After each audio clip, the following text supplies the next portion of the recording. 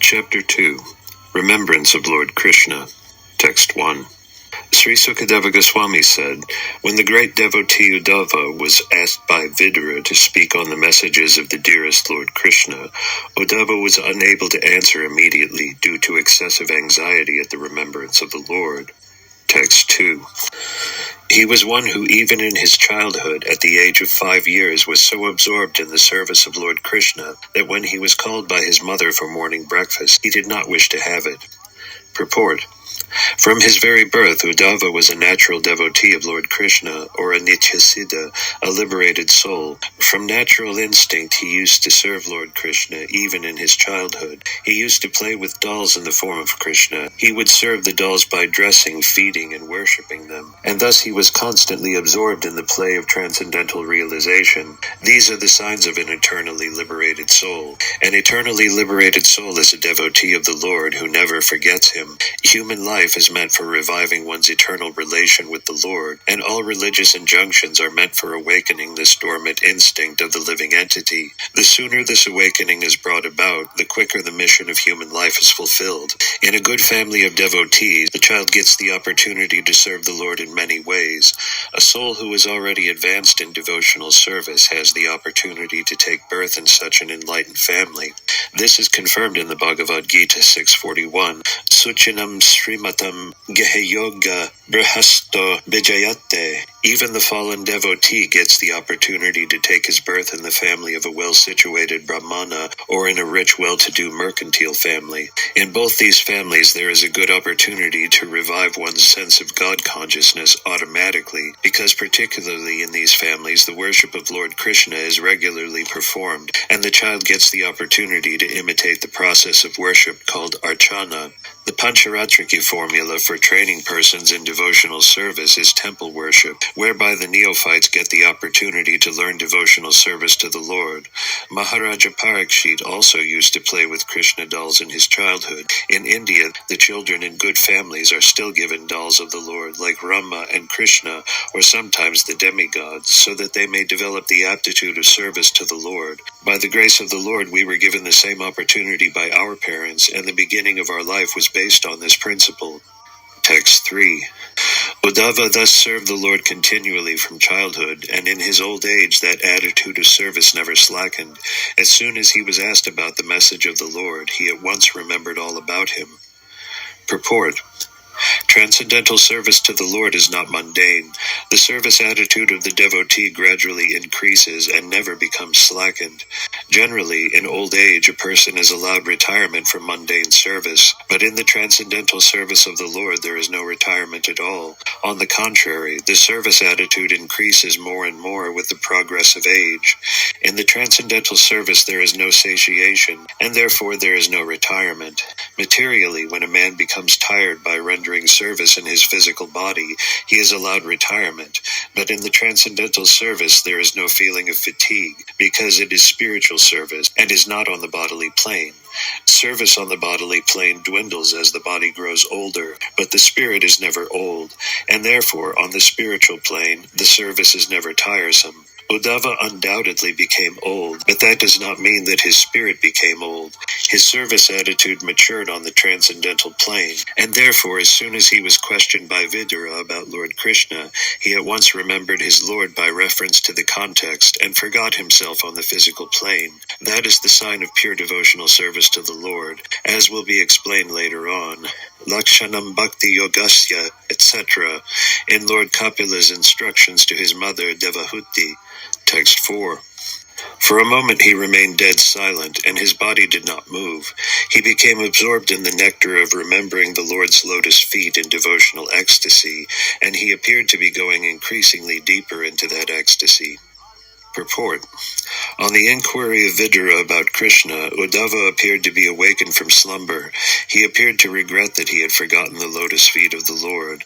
Thus he again remembered the lotus feet of the Lord, and remembered all his transcendental loving service unto him, and by so doing he felt the same ecstasy that he used to feel in the presence of the Lord. Because the Lord is absolute, there is no difference between his remembrance and his personal presence. Thus Uddhava remained completely silent for a moment, but then he appeared to be going deeper and deeper into ecstasy. Feelings of ecstasy are displayed by highly advanced devotees of the Lord. There are 8 kinds of transcendental changes in the body: tears, shivering of the body, perspiration, restlessness, throbbing, choking of the throat, etc., and all were manifested by Uddhava in the presence of Vidura. Text 5. It was so observed by Vidura that Uddhava had all the transcendental bodily changes due to total ecstasy, and he was trying to wipe away tears of separation from his eyes. Thus Vidura could understand that Uddhava had completely assimilated extensive love for the Lord. Purport. The symptoms of the highest order of devotional life were observed by Vidura, an experienced devotee of the Lord, and he confirmed Uddhava's perfectional stage of love of Godhead. Ecstatic bodily changes are manifested from the spiritual plane and are not artificial expressions developed by practice. There are 3 different stages of development in devotional service. The first stage is that of following the regulative principles prescribed in the codes of devotional service. The second stage is that of assimilation and realization of the steady condition of devotional service, and the last stage is that of ecstasy, symptomized by transcendental bodily expression.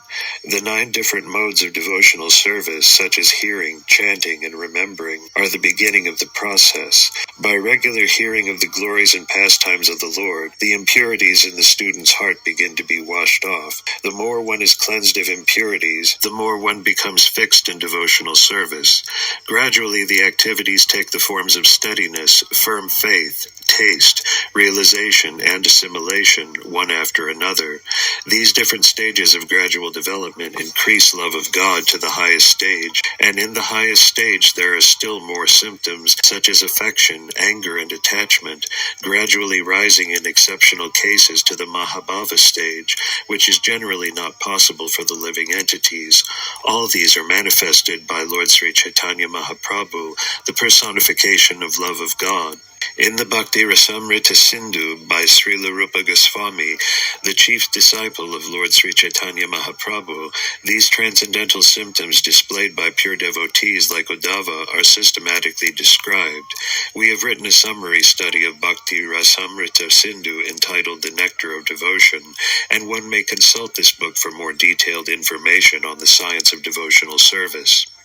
Text 6. The great devotee Uddhava soon came back from the abode of the Lord to the human plane, and wiping his eyes, he awakened his reminiscence of the past and spoke to Vidura in a pleasing mood. Purport. When Uddhava was fully absorbed in the transcendental ecstasy of love of God, he actually forgot all about the external world. The pure devotee lives constantly in the abode of the Supreme Lord, even in the present body, which apparently belongs to this world. The pure devotee is not exactly on the bodily plane, since he is absorbed in the transcendental thought of the Supreme. When Uddhava wanted to speak to Vidura, he came down from the abode of the Lord, Dwarka, to the material plane of human beings.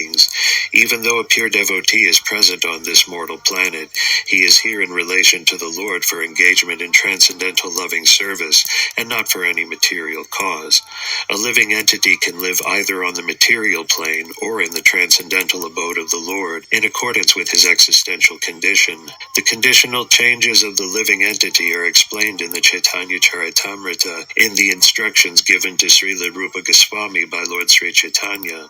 The living entities all over the universes are enjoying the effects of the respective fruitive results of their own work, life after life. Out of all of them, some may be influenced by the association of pure devotees, and thus get the chance to execute devotional service by attainment of taste. This taste is the seed of devotional service, and one who is fortunate enough to have received such a seed is advised to sow it in the core of his heart. As one cultivates a seed by pouring water to fructify it, The seed of devotional service sown in the heart of the devotee may be cultured by pouring water in the form of hearing and chanting of the holy name and pastimes of the Lord. The creeper of devotional service so nourished gradually grows, and the devotee, acting as a gardener, goes on pouring the water of constant hearing and chanting. The creeper of devotional service gradually grows so high that it passes through the entire material universe and enters into the spiritual sky, growing still higher and higher until it reaches the planet Goloka Vrindavana. The devotee gardener is in touch with the abode of the Lord, even from the material plane, by dint of performing devotional service to the Lord, simply by hearing and chanting. As a creeper takes shelter of another stronger tree, similarly the creeper of devotional service, nourished by the devotee, takes shelter of the lotus feet of the Lord, and thus becomes fixed. When the creeper is fixed, then the fruit of the creeper comes into existence, and the gardener who nourished it is able to enjoy this fruit of love, and his life becomes successful. That Uddhava attained this stage is evident from his dealings. He could simultaneously reach the supreme planet and still appear in this world. Text 7. Sri Uddhava said, "My dear Vidura, the sun of the world, Lord Krishna, has set, and our house has now been swallowed by the great snake of time. What can I say to you about our welfare?" Purport.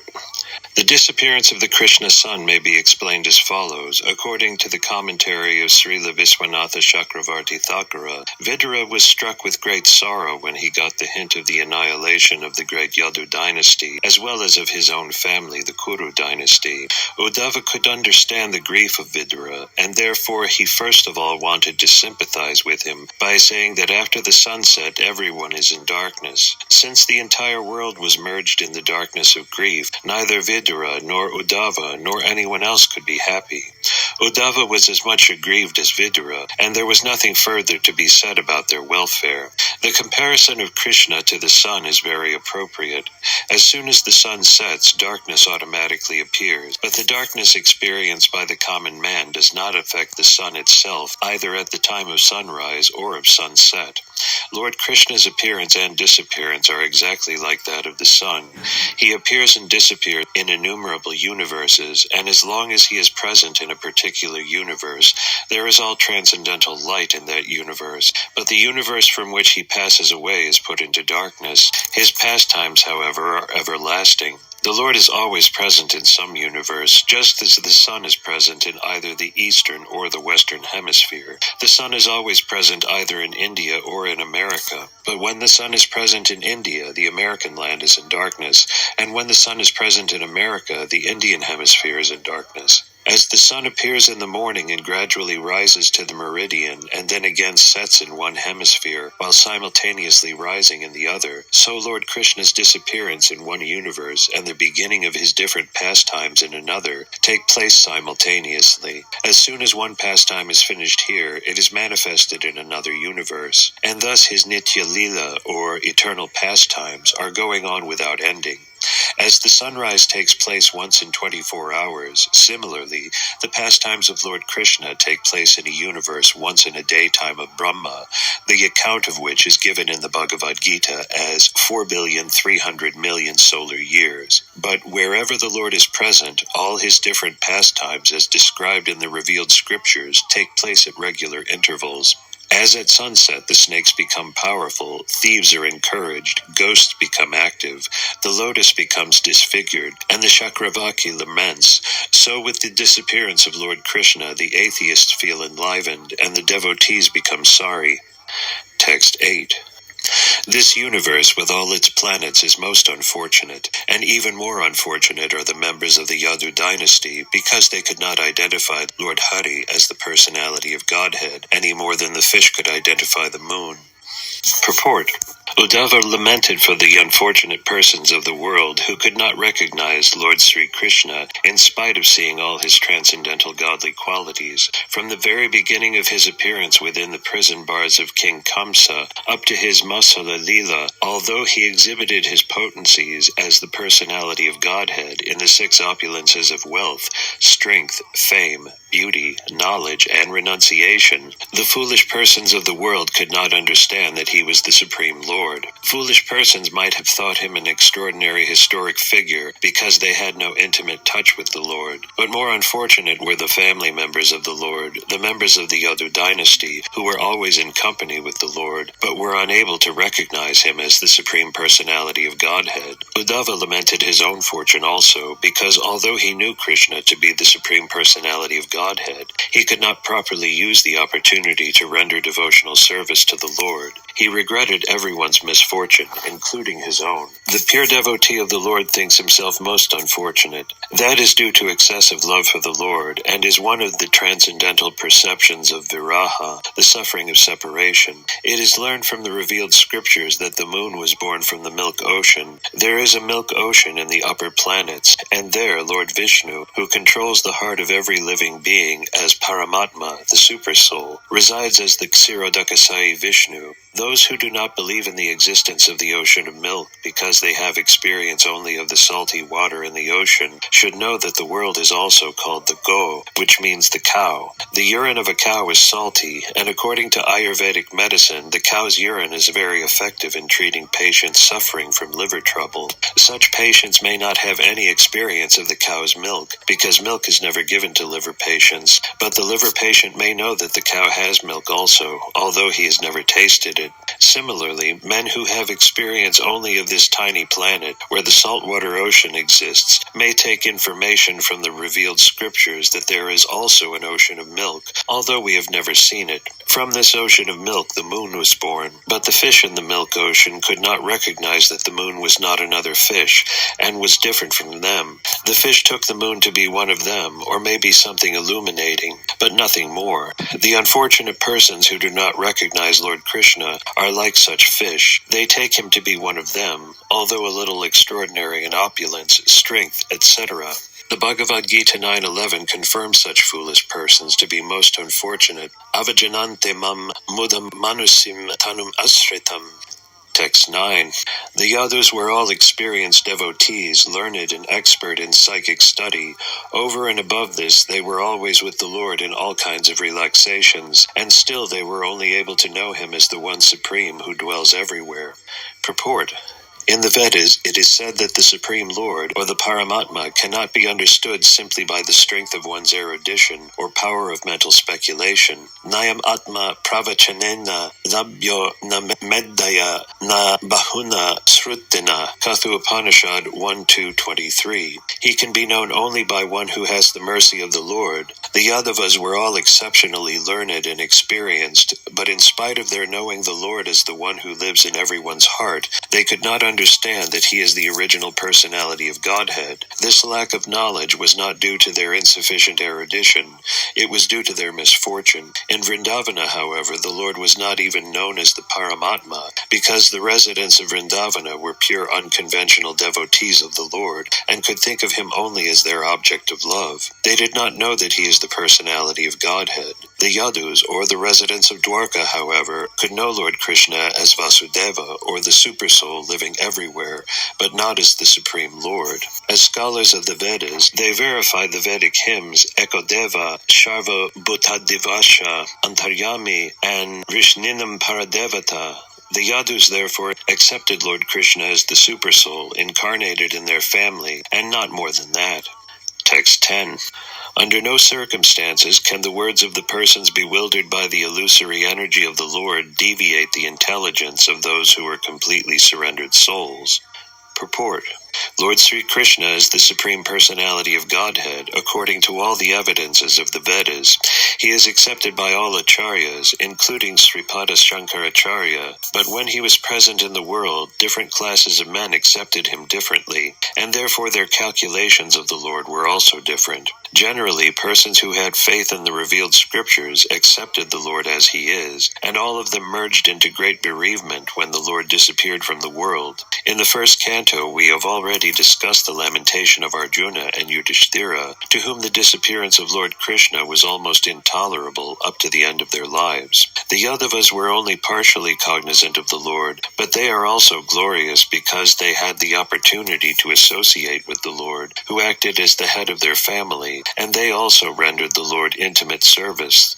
The Yadavas and other devotees of the Lord are different from those who wrongly calculated him to be an ordinary human personality. Such persons are certainly bewildered by the illusory energy. They are hellish and are envious of the Supreme Lord. The illusory energy acts powerfully on them because in spite of their elevated mundane education, such persons are faithless and are infected by the mentality of atheism. They are always very eager to establish that Lord Krishna was an ordinary man who was killed by a hunter due to his many impious acts in plotting to kill the sons of Dhritarashtra and Jarasandha, the demoniac kings of the earth. Such persons have no faith in the statement of the Bhagavad Gita that the Lord is unaffected by the reactions of work. Namam karmani limpanti. According to the atheistic point of view, Lord Krishna's family, the Yadu dynasty, was vanquished due to being cursed by the Brahmanas for the sins committed by Krishna in killing the sons of Dhritarashtra, etc. All these blasphemies do not touch the heart of the devotees of the Lord, because they know perfectly well what is what.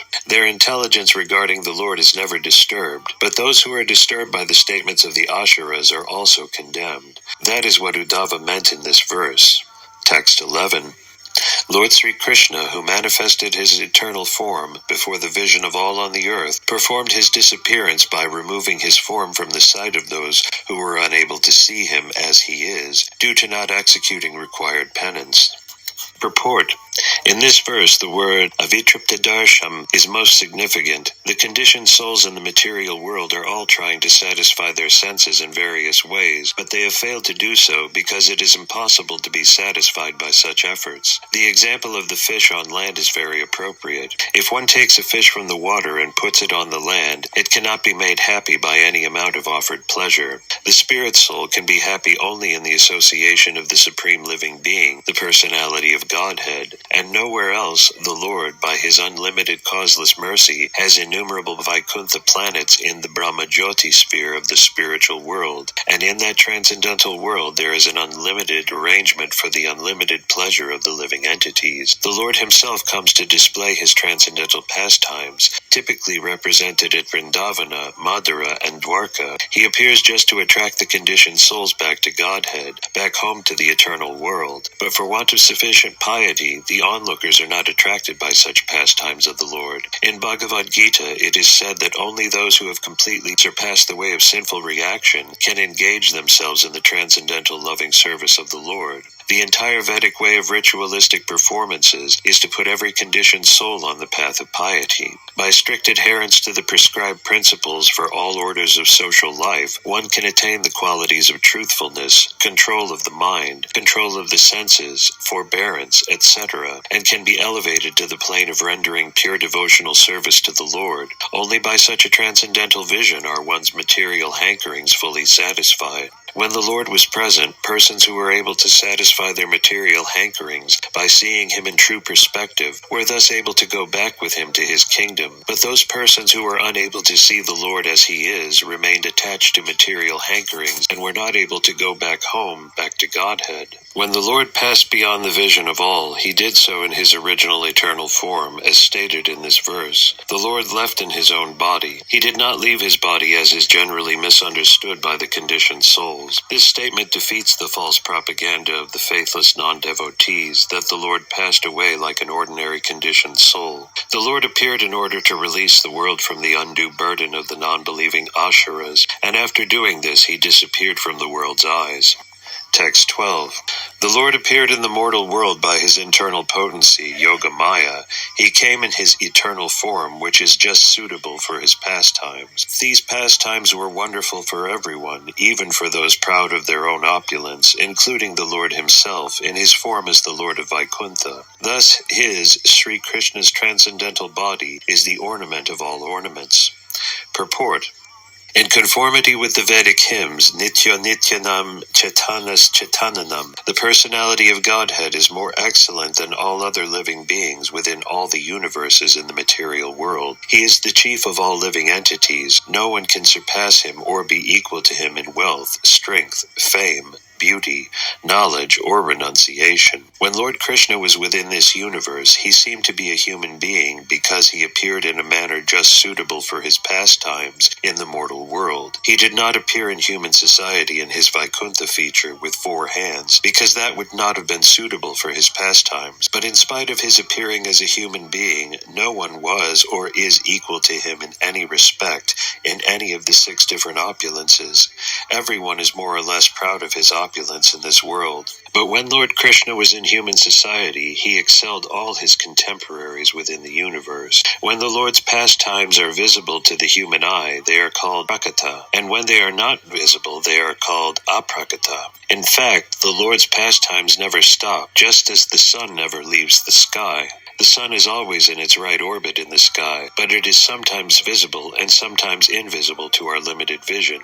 Similarly, the pastimes of the Lord are always current in our universe or another, and when Lord Krishna disappeared from the transcendental abode of Dwarka, it was simply a disappearance from the eyes of the people there. It should not be misunderstood that his transcendental body, which is just suitable for the pastimes in the mortal world, is in any way inferior to his different expansions in the Vaikuntha Lokas. His body manifested in the material world is transcendental par excellence, in the sense that his pastimes in the mortal world excel his mercy displayed in the Vaikuntha Lokas. In the Vaikuntha Lokas, the Lord is merciful toward the liberated, or Nitya Mukta living entities, but in his pastimes in the mortal world, he is merciful even to the fallen souls, who are Nityabada, or conditioned forever. The 6 excellent opulences which he displayed in the mortal world by the agency of his internal potency, Yoga Maya, are rare even in the Vaikuntha Lokas. All his pastimes were manifested not by the material energy, but by his spiritual energy.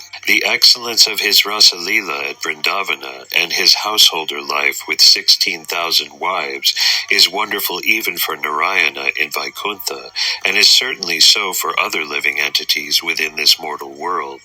His pastimes are wonderful even for other incarnations of the Lord, such as Sri Ram, Narasimha, and Varaha. His opulence was so super excellent that his pastimes were adored even by the Lord of Vaikuntha, who is not different from Lord Krishna himself. Text 13. All the demigods from the upper, lower, and middle universal planetary systems assembled at the altar of the Rajasuya sacrifice performed by Maharaja Yudhishthira. After seeing the beautiful bodily features of Lord Krishna, they all contemplated that he was the ultimate dexterous creation of Brahma, the creator of human beings. Purport. There was nothing comparable to the bodily features of Lord Krishna when he was present in this world. The most beautiful object in the material world may be compared to the blue lotus flower or the full moon in the sky, but even the lotus flower and the moon were defeated by the beauty of the bodily features of Lord Krishna, and this was certified by the demigods, the most beautiful living creatures in the universe. The demigods, though the Lord Krishna, like themselves, were also created by Lord Brahma, but in fact Brahma was created by Lord Krishna. It was not within the power of Brahma to create the transcendental beauty of the Supreme Lord. No one is the creator of Krishna. Rather, he is the creator of everyone. As he says in Bhagavad Gita 10:8, Aham sarvasya prabhavo mata sharvam avartate. Text 14. The damsels of Vraja, after pastimes of laughter, humor, and exchanges of glances, were anguished when Krishna left them. They used to follow him with their eyes, and thus they sat down with stunned intelligence, and could not finish their household duties. Purport. In his boyhood at Vrindavana, Lord Krishna was notorious as a teasing friend in the transcendental love to all the girls his age. His love for them was so intense that there is no comparison to that ecstasy, and the damsels of Vraja were so much attached to him that their affection excelled that of the great demigods like Brahma and Shiva. Lord Krishna finally admitted his defeat before the transcendental affection of the gopis and declared that he was unable to repay them for their unalloyed affection. Although the gopis were seemingly anguished distinguished by the Lord's teasing behavior. When Krishna would leave them, they could not tolerate the separation and used to follow him with their eyes and minds. They were so stunned by the situation that they could not finish their household duties. No one could excel him even in the dealing of love exchange between boys and girls. It is said in the revealed scriptures that Lord Krishna personally never goes beyond the boundary of Vrindavana. He remains there eternally because of the transcendental love of the inhabitants. Thus, even though he is not visible at present, he is not away from Vrindavana for a moment. Text 15. The personality of Godhead, the all-compassionate controller of both the spiritual and material creations, is unborn. But when there is friction between his peaceful devotees and persons who are in the material modes of nature, he takes birth just like fire, accompanied by the Mahatattva. Purport. The devotees of the Lord are by nature peaceful because they have no material hankering. A liberated soul has no hankering, and therefore he has no limitation. One who wants to possess also laments when he loses his possession. Devotees have no hankerings for material possessions, and no hankerings for spiritual salvation. They are situated in the transcendental loving service of the Lord as a matter of duty, and they do not mind where they are or how they have to act. Karmis, jnanis, and yogis all hanker to possess some material or spiritual assets. Karmis want material possessions, jnanis and yogis want spiritual possessions, but devotees do not want any material or spiritual assets. They want only to serve the Lord anywhere in the material or spiritual worlds that the Lord desires, and the Lord is always specifically compassionate towards such devotees. The karmis, jnanis, and yogis have their particular mentalities in the modes of nature, and therefore they are called itara or non-devotees. These itaras, including even the yogis, sometimes harass the devotees of the Lord. Durvasha Muni, a great yogi, harassed Maharaja Ambarisha because the latter was a great devotee of the Lord. And the great Karmi and Jnani, Hiranyakasipu, even harassed his own Vaishnava son, Prahlada Maharaja. There are many instances of such harassment of the peaceful devotees of the Lord by the Itaras. When such friction takes place, the Lord, out of his great compassion towards his pure devotees, appears in person, accompanied by his plenary portions controlling the Mahatattva.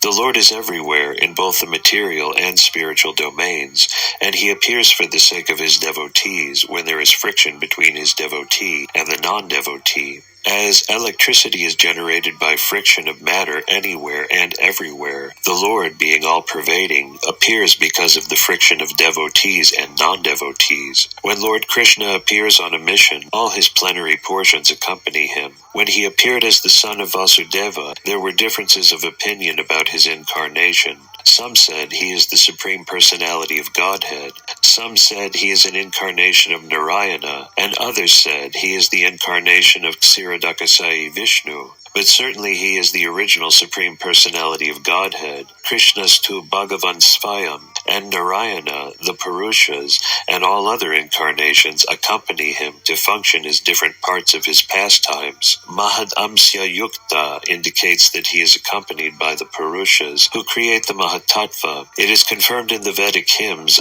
Mahantam Vibhum Antam Atmanam. Lord Krishna appeared just like electricity when there was friction between Kamsa and Vasudeva and Ugrasena. Vasudeva and Ugrasena were the Lord's devotees, and Kamsa, a representative of the Karmis and Jnanis, was a non-devotee. Krishna, as he is compared to the sun. He first appeared from the ocean of the womb of Devaki, and gradually he satisfied the inhabitants of the places surrounding Madhura, just as the sun enlivens the lotus flower in the morning. After gradually rising to the meridian of Dwarka, the Lord set like the sun, placing everything in darkness as described by Uddhava. Text 16. When I think of Lord Krishna, how he was born in the prison house of Vasudeva, although he is unborn, how he went away from his father's protection to Vraja and lived there incognito out of fear of the enemy, and how, although unlimitedly powerful, he fled from Madhura in fear, all these bewildering incidents give me distress. Purport. Because Lord Sri Krishna is the original person from whom everything and everyone has emanated, Aham Sarvasya Prabhava, Bhagavad Gita 10.8, Janmade Asya Yatta, Vedanta Sutra 112, nothing can be equal to or greater than him. The Lord is supremely perfect, and whenever he enacts his transcendental pastimes as a son, a rival, or an object of enmity, he plays the part so perfectly that even pure devotees like Uddhava are bewildered. For example, Uddhava knew perfectly well that Lord Sri Krishna is eternally existent and can neither die nor disappear for good, yet he lamented for Lord Krishna. All these events are perfect arrangements to give perfection to his supreme glories. It is for enjoyment's sake. When a father plays with his little son, and the father lies down on the floor as if defeated by the son, it is just to give the little son pleasure and nothing more. Because the Lord is all-powerful, it is possible for him to adjust opposites such as birth and no birth,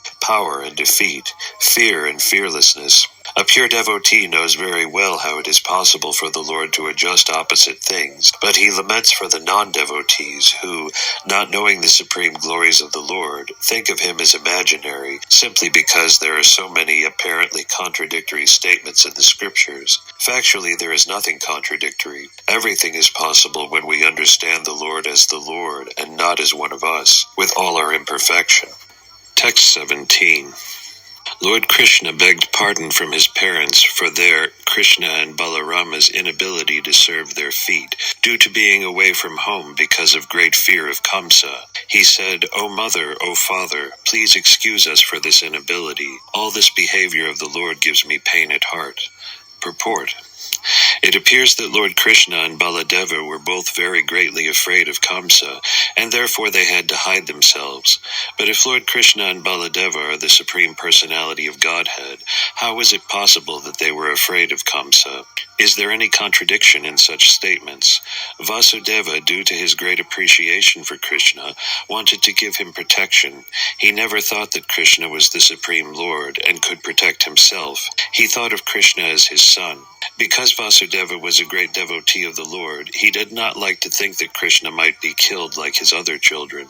Morally, Vasudeva was bound to deliver Krishna to the hands of Kamsa because he had promised to turn over all his children. But out of his great love for Krishna, he broke his promise, and the Lord was very pleased with Vasudeva for this transcendental mentality.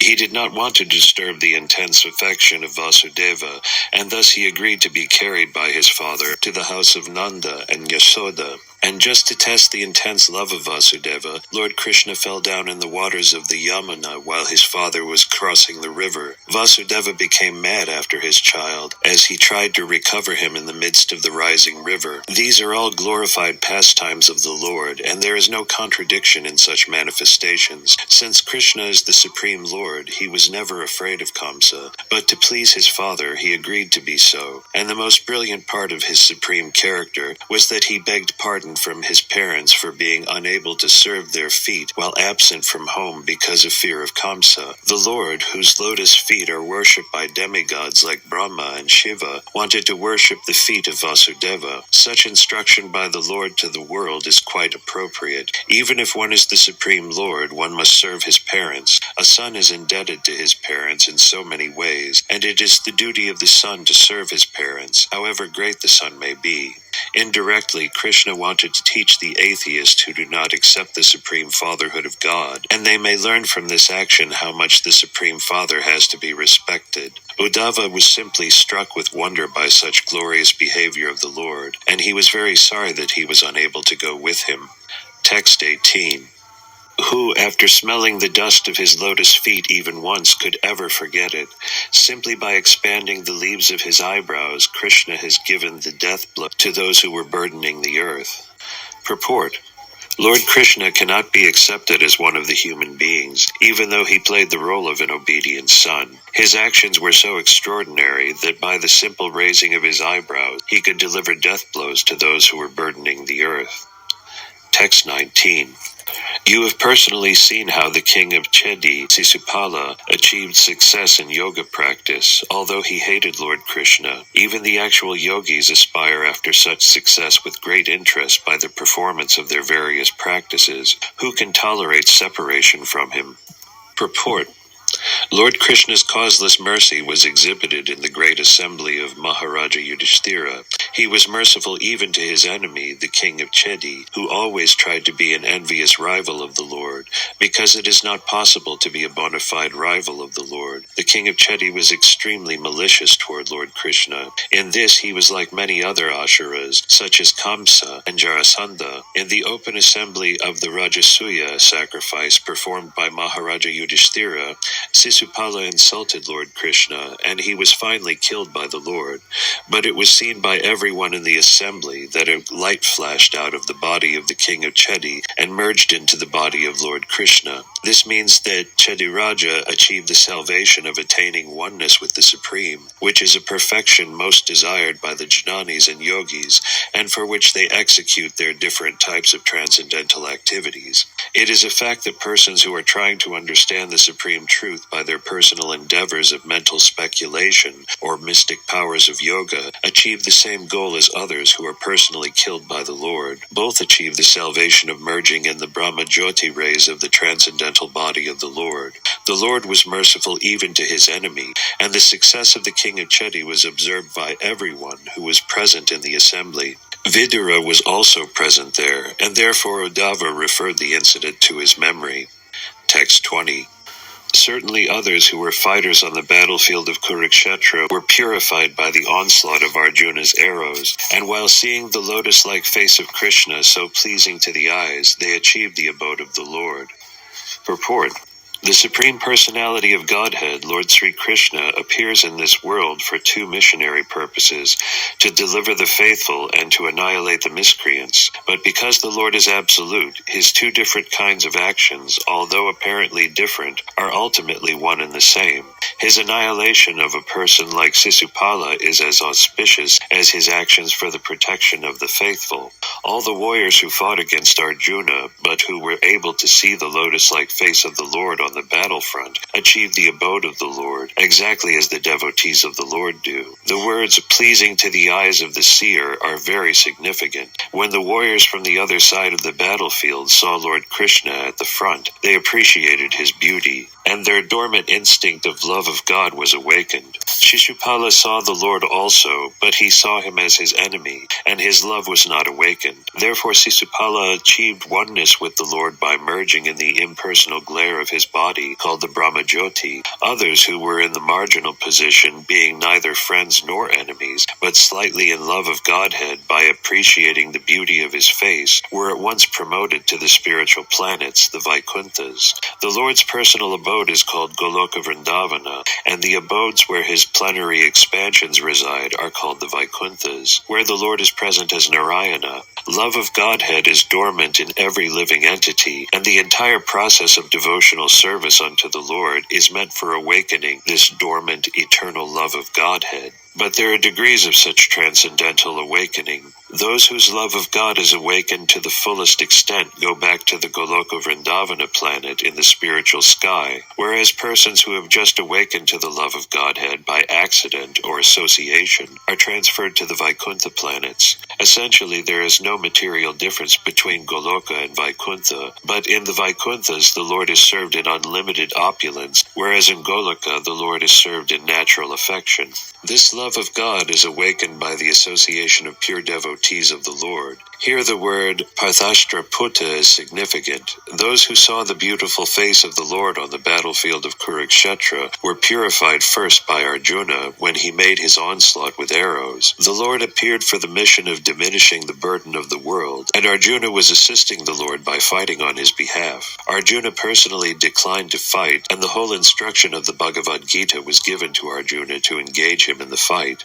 As a pure devotee of the Lord, Arjuna agreed to fight in preference to his own decision, and thus Arjuna fought to assist the Lord in his mission of diminishing the burden of the world. All the activities of a pure devotee are executed on behalf of the Lord, because a pure devotee of the Lord has nothing to do for his personal interest. Arjuna's killing was as good as killing by the Lord himself. As soon as Arjuna shot an arrow at an enemy, that enemy became purified of all material contaminations, and and became eligible to be transferred to the spiritual sky. Those warriors who appreciated the lotus feet of the Lord and saw his face at the front had their dormant love of God awakened, and thus they were transferred at once to Vaikuntha Loka, not to the impersonal state of Brahmajyoti, as was Sisupala. Sisupala died without appreciating the Lord, while others died with appreciation of the Lord. Both were transferred to the spiritual sky, but those who awakened to love of God were transferred to the planets of the transcendental sky. Uddhava seemingly lamented that his own position was less than that of the warriors on the battlefield of Kurukshetra, because they had attained to Vaikuntha, whereas he remained to lament the disappearance of the Lord. Text 21. Lord Sri Krishna is the Lord of all kinds of threes, and is independently supreme by achievement of all kinds of fortune. He is worshipped by the eternal maintainers of the creation, who offer him the paraphernalia of worship by touching their millions of helmets to his feet. Purport.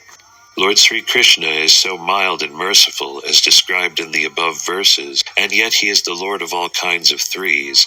He is the supreme Lord of the three worlds, the three qualities of material nature, and the three Purushas, Karanodakasai, Garbhodakasai, and Ksirodakasai Vishnu. There are innumerable universes, and in each and every universe there are different manifestations of Brahma, Vishnu, and Rudra. Besides that, there is the Seshamurti, who bears all the universes on his hoods, and Lord Krishna is the Lord of all of them. As the incarnation of Manu, he is the original source of all Manus in innumerable universes. Each universe has manifestations of 504,000 Manus. He is the Lord of the three principal potencies, namely Chit Shakti, Maya Shakti, and Tatashta Shakti, and he is the complete master of 6 kinds of fortune: wealth, strength, fame, beauty, knowledge, and renunciation. There is none who can excel him in any matter of enjoyment, and certainly there is no one greater than him. No one is equal to or greater than him. It is the duty of everyone, whoever and wherever one may be, to surrender completely unto him. It is not wonderful, therefore, that all the transcendental controllers surrender to him and make all offerings of worship. Text 22. Therefore, O Vidura, does it not pain us, his servitors, when we remember that he, Lord Krishna, used to stand before King Ugrasena, who was sitting on the royal throne, and used to submit explanations before him, saying, O my Lord, please let it be known to you. Purport. Lord Krishna's gentle behavior before his so-called superiors, such as his father, grandfather, and elder brother, his amiable behavior with his so-called wives, friends, and contemporaries, his behavior as a child before his mother, Yashoda, and his naughty dealings with his young girlfriends cannot bewilder a pure devotee like Uddhava. Others who are not devotees are bewildered by such behavior of the Lord, who acted just like a human being. This bewilderment is explained by the Lord himself in the Bhagavad Gita 9:11 as follows.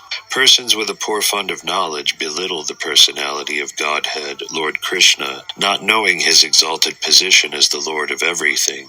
In Bhagavad Gita, the Lord has explained his position clearly, but the demoniac atheistic student squeezes out an interpretation to suit his own purpose and misleads unfortunate followers into the same mentality. Such unfortunate persons merely pick up some slogans from the great book of knowledge, but are unable to estimate the Lord as the supreme personality of Godhead. Pure devotees like Uddhava, however, are never misled by such atheistic opportunists. Text 23.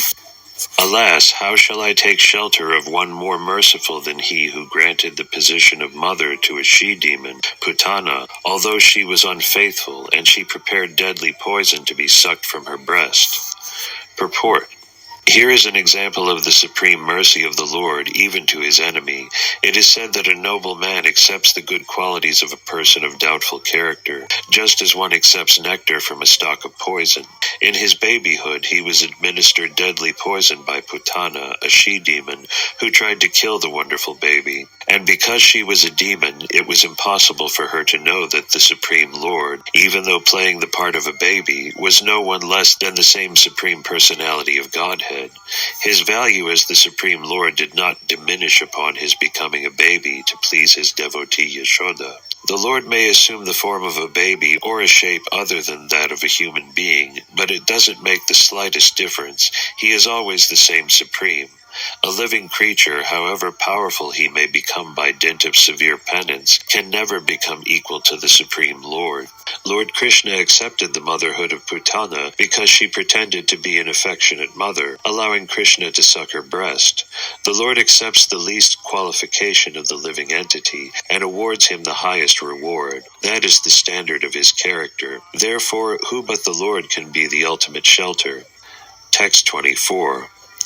I consider the demons who are inimical toward the Lord to be more than the devotees, because while fighting with the Lord, absorbed in thoughts of enmity, they are able to see the Lord carried on the shoulder of Garuda, the son of Taraksha, Karasyapa, and carrying the wheel weapon in his hand. Purport. The Ashuras who fought against the Lord face to face got salvation due to their being killed by the Lord. This salvation of the demons is not due to their being devotees of the Lord. It is because of the Lord's causeless mercy. Anyone who is slightly in touch with the Lord, somehow or other, is greatly benefited, even to the point of salvation. Due to the excellence of the Lord, he is so kind that he awards salvation even to his enemies because they come into contact with him and are indirectly absorbed in him by their inimical thoughts. Actually, the demons can never be equal to the pure devotees. But Uddhava was thinking in that way because of his feelings of separation. He was thinking that at the last stage of his life, he might not be able to see the Lord face to face, as did the demons. The fact is that the devotees who are always engaged in the devotional service of the Lord in transcendental love are rewarded many hundreds and thousands of times more than the demons by being elevated to the spiritual planets, where they remain with the Lord in eternal blissful existence. The demons and impersonalists are awarded the facility of merging in the Brahmajyoti effulgence of the Lord, whereas the devotees are admitted into the spiritual planets. For comparison, one can just imagine the difference between floating in space and residing in one of the planets in the sky. The pleasure of the living entities on the planets is greater than that of those who have no body and who merge with the molecules of the sun's rays. The impersonalists, therefore, are no more favored than the enemies of the Lord. Rather, they are both on the same level of spiritual salvation. Text 25. The personality of Godhead, Lord Sri Krishna, being prayed to by Brahma to bring welfare to the earth, was begotten by Vasudeva in the womb of his wife Devaki in the prison of the king of Bhoja. Purport. Although there is no difference between the Lord's pastimes of appearance and disappearance, the devotees of the Lord do not generally discuss the subject matter of his disappearance. Vidura inquired indirectly from Uddhava about the incident of the Lord's disappearance by asking him to relate Krishna Katha, or topics on the history of Lord Krishna. Thus Uddhava began the topics from the very beginning of his appearance as the son of Vasudeva and Devaki in the prison of Kamsa, the king of the Bhojas, at Madura. The Lord has no business in this world, but when he is so requested by devotees like Brahma, he descends on the earth for the welfare of the entire universe. This is stated in Bhagavad Gita 4:8. Paritranaya sadunam vinasaja cha duskritam dharma samstapanartaya sambhavami yuge yuge. Text 26. Thereafter his father, being afraid of Kamsa, brought him to the cow pastures of Maharaja Nanda, and there he lived for 11 years like a covered flame with his elder brother Baladeva. Purport. There was no necessity of the Lord's being dispatched to the house of Nanda Maharaja out of fear of Kamsa's determination to kill him as soon as he appeared. It is the business of the Ashuras to try to kill the Supreme Personality of Godhead, or to prove by all means that there is no God, or that Krishna is an ordinary human being and not God. Lord Krishna is not affected by such determination of men of Kamsa's class, but in order to play the role of a child, he agreed to be carried by his father to the cow pastures of Nanda Maharaja, because Vasudeva was afraid of Kamsa. Nanda Maharaja was due to receive him as his child, and Yashodamai was also to enjoy the childhood pastimes of the Lord, and therefore to fulfill everyone's desire, he was carried from Madhura to Vrindavana just after his appearance in the prison house of Kamsa. He lived there for 11 years and completed all his fascinating pastimes of childhood, boyhood, and adolescence with his elder brother, Lord Baladeva, his first expansion. Vasudeva's thought of protecting Krishna from the wrath of Kamsa is part of a transcendental relationship. The Lord enjoys more when someone takes him as his subordinate son, who needs the protection of a father, than he does when someone accepts him as the Supreme Lord. He is the father of everyone, and he protects everyone. But when his devotee takes it for granted that the Lord is to be protected by the devotee's care, it is a transcendental joy for the Lord. Thus, when Vasudeva, out of fear of Kamsa, carried him to Vrindavana, the Lord enjoyed it. Otherwise, he had no fear from Kamsa or anyone else. Text 27. In his childhood, the Almighty Lord was surrounded by cowherd boys and calves, and thus he traveled on the shore of the Yamuna River, through gardens densely covered with trees and filled with vibrations of chirping birds. Purport. Nanda Maharaja was a landholder for King Kamsa, but because by caste he was a Vaishya, a member of the mercantile and agricultural community, he maintained thousands of cows. It is the duty of the Vaishyas to give protection to the cows, just as the Kshatriyas are to give protection to the human beings. Because the Lord was a child, he was put in charge of the calves with his cowherd boy friends. These cowherd boys were great rishis and yogis in their previous births, and after many such pious births, they gained the association of the Lord and could play with him on equal terms. Such cowherd boys never cared to know who Kamsa was, but they played with him as a most intimate and lovable friend. They were so fond of the Lord that at night they would only think of the next morning when they would be able to meet the Lord and go together to the forests for cowherding. The forests on the shore of the Yamuna are all beautiful gardens full of trees of mango, jackfruit, apples, guava, oranges, grapes, berries, palm fruit, and so many other plants and fragrant flowers. And because the forest was on the bank of the Yamuna, naturally there were ducks, cranes, and peacocks on the branches of the trees. All these trees and birds and beasts were pious living entities born in the transcendental abode of Vrindavana, just to give pleasure to the Lord and his eternal associates, the cowherd boys. While playing like a small child with his associates, the Lord killed many demons, including Agashura, Bakashura, Pralambashura, and Gardabashura. Although he appeared at Vrindavana just as a boy, he was actually like the covered flames of a fire. As a small particle of fire can kindle a great fire with fuel, so the Lord killed all these great demons, beginning from his babyhood in the house of Nanda Maharaja. The land of Vrindavana, the Lord's childhood playground, still remains today, and anyone who visits these places enjoys the same transcendental bliss, although if the Lord is not physically visible to our imperfect eyes. Lord Chaitanya recommended this land of the Lord as identical with the Lord, and therefore worshipable by the devotees.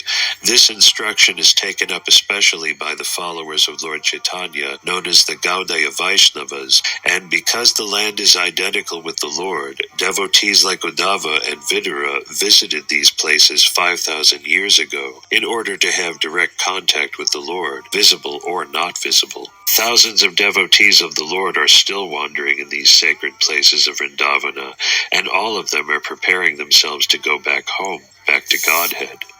Text 28. When the Lord displayed his activities just suitable for childhood, he was visible only to the residents of Vrindavana. Sometimes he would cry and sometimes laugh just like a child, and while so doing he would appear like a lion cub. Purport. If anyone wants to enjoy the childhood pastimes of the Lord, then he has to follow in the footsteps of the residents of Vraja like Nanda, Upananda, and other parental inhabitants. A child may insist on having something and cry like anything to get it, disturbing the whole neighborhood, and then immediately after achieving the desired thing he laughs.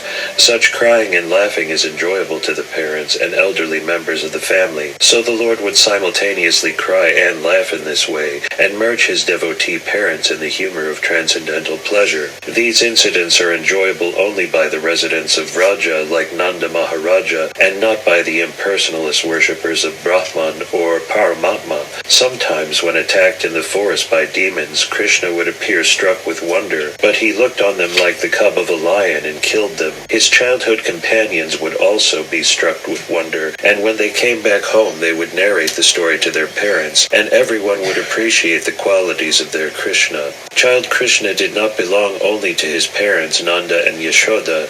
He was the son of all the elderly inhabitants of Vrindavana and the friend of all contemporary boys and girls. Everyone loved Krishna. He was the life and soul of everyone, including the animals, the cows, and the calves. Text 29. While herding the very beautiful bulls, the Lord was the reservoir of all opulence and fortune, used to blow his flute, and thus he enlivened his faithful followers, the cowherd boys.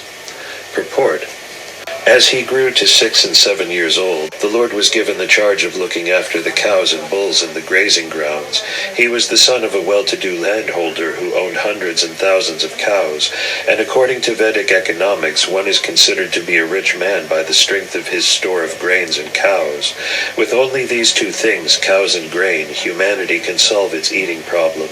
Human society needs only sufficient grain and sufficient cows to solve its economic problems. All other things but these two are artificial necessities created by man to kill his valuable life at the human level and waste his time in things which are not needed.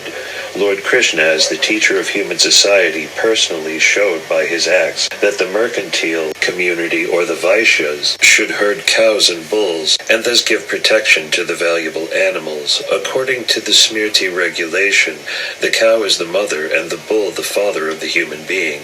The cow is the mother because just as one sucks the breast of one's mother, human society takes cow's milk. Similarly, the bull is the father of human society because the father earns for the children just as the bull tills the ground to produce food grains. Human society will kill its spirit of life by killing the father and the mother. It is mentioned herein that the beautiful cows and bulls were of various checkered colors, red, black, green, yellow, ash, etc., and because of their colors and healthy smiling features, the atmosphere was enlivening. Over and above all, the Lord used to play his celebrated flute. The sound vibrated by his flute would give his friends such transcendental pleasure that they would forget all the talks of the Brahmananda, which is so praised by the impersonalists. These cowherd boys, as will be explained by Sukadeva Goswami, were living entities who had accumulated heaps of pious acts, and thus were enjoying with the Lord in person, and were hearing his transcendental flute. The Brahma Samhita 530 confirms the Lord's blowing his transcendental flute. Brahmaji said, "I worship Govinda, the primeval Lord, who plays on his transcendental flute. His eyes are like lotus flowers. He is decorated with peacock plumes, and his bodily color resembles a fresh black cloud, although his bodily features are more beautiful than millions of cupids. These are the special features of the Lord." Text 30. The great wizards who were able to assume any form were engaged by the king of Bhoja, Kamsa, to kill Krishna, but in the course of his pastimes the Lord killed them as easily as a child breaks dolls. Purport. The atheist Kamsa wanted to kill Krishna just after his birth. He failed to do so, but later on he got information that Krishna was living in Vrindavana at the house of Nanda Maharaja. He therefore engaged many wizards who could perform wonderful acts and assume any form they liked. All of them appeared before the child Lord in various forms, like Aga, Baka, Putana, Sakata, Turnavarta, Denuka, Gardaba, and they tried to kill the Lord at every opportunity, but one after another, all of them were killed by the Lord, as if he were only playing with dolls. Children play with toy lions, elephants, boars, and many similar dolls, which are broken by the children in the course of their playing with them. Before the Almighty Lord, any powerful living being is just like a toy lion in the hands of a playing child. No one can excel God in any capacity, and therefore no one can be equal to or greater than him. nor can anyone attain the stage of equality with God by any kind of endeavor. Jnana, yoga, and bhakti are three recognized processes of spiritual realization. The perfection of such processes can lead one to the desired goal of life in spiritual value, but that does not mean that one can attain a perfection equal to the Lord's by such endeavors. The Lord is the Lord at every stage. When he was playing just like a child on the lap of his mother Yasodamai, or just like a cowherd boy with his transcendental friends, he continued to remain God, without the slightest diminution of his six opulences. Thus he is always unrivaled. Text 31. The inhabitants of Vrindavana were perplexed by great difficulties, because a certain portion of the Yamuna was poisoned by the chief of the reptiles, Kaliya. The Lord chastised the snake king within the water, and drove him away, and after coming out of the river he caused the cows to drink the water, and proved that the water was again in its natural state. Text 32. The Supreme Lord Krishna desired to utilize the opulent financial strength of Maharaja Nanda for worship of the cows, and also he wanted to give a lesson to Indra, the king of heaven. Thus he advised his father to perform worship of Go, or the pasturing land, and the cows, with the help of learned brahmanas. Purport. Since he is the teacher of everyone, the Lord also taught his father, Nanda Maharaja. Nanda Maharaja was a well-to-do landholder and owner of many cows, and, as was the custom, he used to perform yearly worship of Indra, the king of heaven, with great opulence. This worship of demigods by the general populace is also advised in the Vedic literature, just so people can accept the superior power of the Lord. The demigods are servants of the Lord, deputed to look after the management of various activities of universal affairs. Therefore it is advised in the Vedic scriptures that one should perform yajnas to appease the demigods. But one who is devoted to the Supreme Lord has no need to appease the demigods. Worship of the demigods by common people is an arrangement for acknowledging the supremacy of the Supreme Lord, but it is not necessary. Such appeasement is generally recommended for material gains only. As we have already discussed in the second canto of this literature, one who admits the supremacy of the Supreme Personality of Godhead does not need to worship the secondary demigods. Sometimes, being worshipped and adored by less intelligent living beings, the demigods become puffed up with power and forget the supremacy of the Lord. This happened when Lord Krishna was present in the universe, and thus the Lord wanted to give a lesson to the King of Heaven, Indra. He therefore asked Maharaja Nanda to stop the sacrifice offered to Indra and to use the money properly by performing a ceremony worshipping the cows and the pasturing ground on the hill of Govardhana. By this act, Lord Krishna taught human society, as he has instructed in the Bhagavad Gita also, that one should worship the Supreme Lord by all acts and by all their results. That will bring about the desired success. The Vaishyas are specifically advised to give protection to the cows and their pasturing ground or agricultural land instead of squandering their hard-earned money. That will satisfy the Lord. The perfection of one's occupational duty, whether in the sphere of duty to one's self, one's community, or one's nation, is judged by the degree to which the Lord is satisfied. Text 33.